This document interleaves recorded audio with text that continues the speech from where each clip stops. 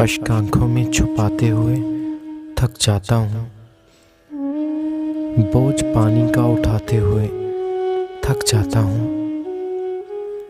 पाँव रखते हैं जो मुझ पर, उन्हें एहसास नहीं। मैं निशानात मिटाते हुए थक जाता हूँ।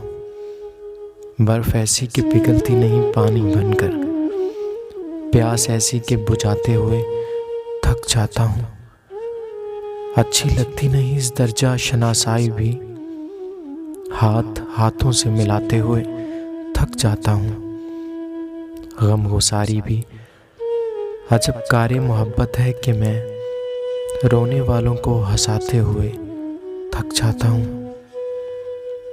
गमगुसारी भी अजब कारी मोहब्बत है कि मैं रोने वालों को हंसाते हुए थक जाता हूँ।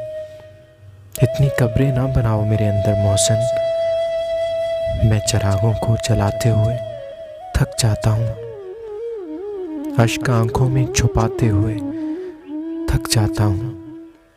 बोझ पानी का उठाते हुए थक जाता हूँ।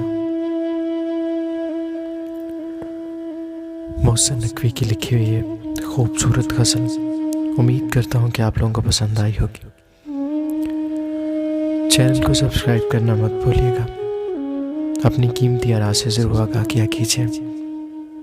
आप लोगों की मोहब्बतों और चाहतों का शुक्रिया। दुआओं में याद रखिएगा। अल्लाह हाफ़िज़।